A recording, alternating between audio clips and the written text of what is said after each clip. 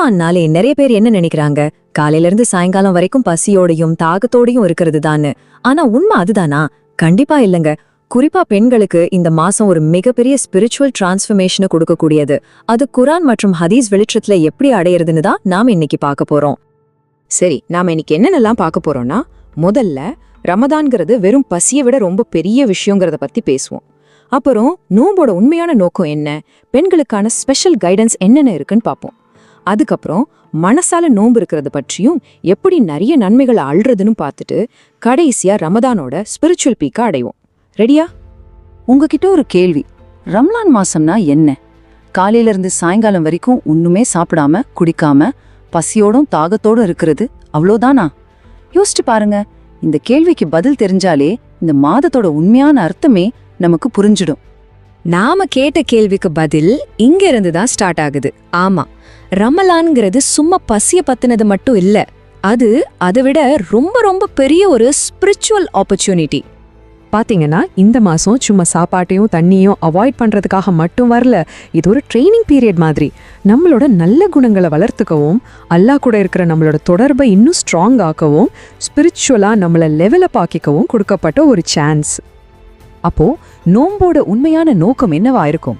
அதோட ultimate goal தக்குவா, அதாவது இறையச்சத்தை அடையிறது.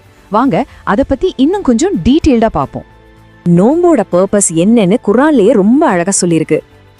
ஈமான் கொண்டவர்களே, உங்களுக்கு முன் இருந்தவர்கள் மீது நோன்பு கடமையாக்கப்பட்டது போல் உங்கள் மீதும் அது கடமையாக்கப்பட்டுள்ளது.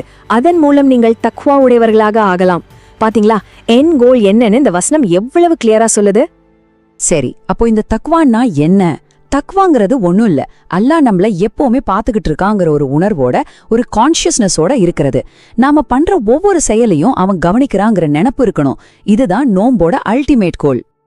இங்க ஒரு சூப்பரான விஷயம் இருக்கு தெரியுமா? குறிப்பா பெண்களுக்கு. நாம பண்ற டெய்லி வீட்டு வேலைகள் கூட இபாதத்தா, ஒரு வணக்கமா மாற முடியும். எப்படின்னு கேக்குறீங்களா?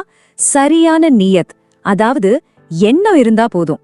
உதாரணத்துக்கு, நான் நோன்பு வச்சவங்களுக்கு சாப்பாடு தர்றேன் என்ற நல்ல எண்ணத்தோட நீங்க சமைக்கும்போது அந்த சமையல் கூட ஒரு வணக்கமா மாறிடுது.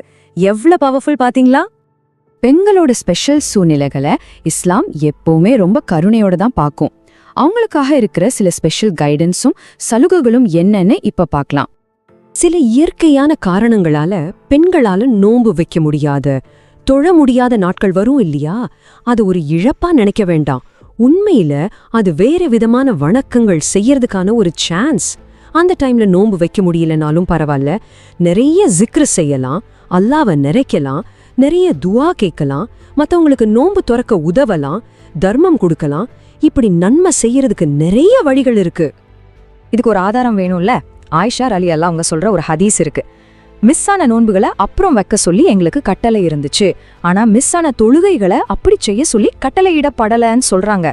பாத்தீங்களா, இது இஸ்லாம் பெண்களுக்கு கொடுத்திருக்கிற எவ்வளவு பெரிய ஒரு கருணை, ஒரு எளிமை. சரி, இவ்ளோ நேரம் வயிற்றோட நோன்பு பத்தி பேசணும். இப்போ நோம்போட ரொம்ப ரொம்ப முக்கியமான ஒரு பாட்டுக்கு வருவோம். அதுதான் உள்ளத்தின் நோன்பு. அதுல ஃபர்ஸ்ட் அண்ட் ஃபார்மோஸ்ட் விஷயம் நம்ம நாவை, நம்ம பேச்ச கண்ட்ரோல் பண்றது தான். இந்த நபிமொழியை கொஞ்சம் கவனமா கேளுங்க, எவ்வளோ ஆழமான அர்த்தம் இருக்குன்னு. யார் பொய் பேசுறதையும் அதப்படி நடக்கிறதையும் விடலையோ, அவங்க சாப்பாட்டையும் தண்ணியையும் விடறதுல அல்லாவுக்கு எந்த தேவையும் இல்ல. வாவ், இது எவ்வளோ கிளியரா சொல்லுது பாத்தீங்களா? நோன்புங்கிறது சும்மா பசியோட இருக்கிறது இல்லைன்னு. அதனால நம்ம டெய்லி லைஃப்ல, குறிப்பா மத்தவங்க கூட பேசும்போது புறம் பேசுறது, தேவையில்லாத விஷயத்த பத்தி பேசுறது, இப்படி தீங்கு தர்ற பேச்சுகளை அவாய்ட் பண்றது ரொம்ப ரொம்ப முக்கியம். இதுதான் மனசோட உண்மையான நோன்பு. சரி, இவ்ளோ ஆசீர்வாதங்கள் நிறைஞ்ச இந்த மாசத்துல ஒவ்வொரு செகண்டையும் எப்படி பயன்படுத்தி நம்மளோட நன்மைகளை மல்டிப்ளை பண்ணிக்கிறது, அதுக்கு சில சிம்பிள் டிப்ஸ் பார்க்கலாம் வாங்க. ஃபர்ஸ்ட் டிப், சமைக்கிறது சிம்பிள் ஆக்குங்க. நிறைய நேரம் கிச்சன்லயே செலவு பண்ணாம சிம்பிளா சமைச்சா நமக்கு குர்ஆன் ஓதவும் தொழவும் எக்ஸ்ட்ரா டைம் கிடைக்கும். செகண்ட் டிப், சஹர், அதாவது அதிகாலை உணவு கண்டிப்பா மிஸ் பண்ணாதீங்க. சோம்பேறித்தனம் பட்டு ஸ்கிப் பண்ணாதீங்க, ஏன்னா அதுல பரக்கத், நிறைய ஆசீர்வாதம் இருக்கு. தேர்ட் டிப், நிறைய சதக்கா, அதாவது தர்மம் செய்யுங்க. நபி ஸல்லல்லாஹு வேகமா அடிக்கிற காத்தை விட வேகமா தர்மம் செய்வாங்களாம். இப்போ நாம ரமலானோட மோஸ்ட் இம்பார்ட்டன்ட், மோஸ்ட் பவர்ஃபுல்லான ஒரு ஸ்டேஜ்க்கு வந்துட்டோம். அதுதான் கடைசி 10 நாட்கள், நம்மளோட ஸ்பிரிச்சுவல் பயணத்தோட உச்சகட்டம்.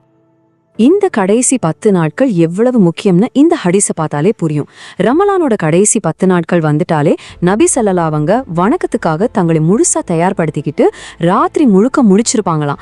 அது மட்டும் இல்ல, தங்க குடும்பத்தினரையும் வணக்கத்துக்காக எழுப்பி விடுவாங்களாம். அப்போ 1000 மாசத்தை விட சிறந்த ஒரு இரவுன்னு சொல்றாங்களே, அந்த லைலத்துல் கதர், அந்த பவர்ஃபுல்லான இரவோட முழுமையான ஆசீர்வாதங்களையும் நாம எப்படி அடையிறது? இதோ அதுக்கு சில வழிகள். முடிஞ்ச வரைக்கும் வீட்டு வேலைகளை கொஞ்சம் குறைச்சிக்கோங்க. உங்களுக்காகவும் உங்க அன்புக்குரியவங்களுக்காகவும் தனிப்பட்ட முறையில துவா கேட்கறதுக்கு நிறைய நேரம் ஒதுக்குங்க. குறிப்பா ஒற்றைப்படை இரவுகள்ல வணக்க வழிபாடுகளை இன்னும் அதிகப்படுத்துங்க. உங்க குடும்ப உறுப்பினர்களையும் கூட சேர்த்து எழுப்பி ஒன்னா சேர்ந்து வணங்குங்க. சரி, இப்ப நம்ம பேசின எல்லா விஷயத்தையும் நினைவுல வச்சுக்கோங்க. நான் உங்ககிட்ட ஒரு கேள்வி கேக்குறேன். இவ்ளோ பார்த்ததுல இருந்து ஏதாவது ஒரே ஒரு செயல், இந்த ரமலான்ல உங்க ஆன்மீக பயணத்தையே மாத்த போற அந்த ஒரு செயல் எதுவா இருக்க போகுது? நல்லா யோசிச்சு ஒரு முடிவெடுங்க. இந்த ரமலான உங்க வாழ்க்கையிலேயே ஒரு பெஸ்டான ரமலான மாத்துங்க.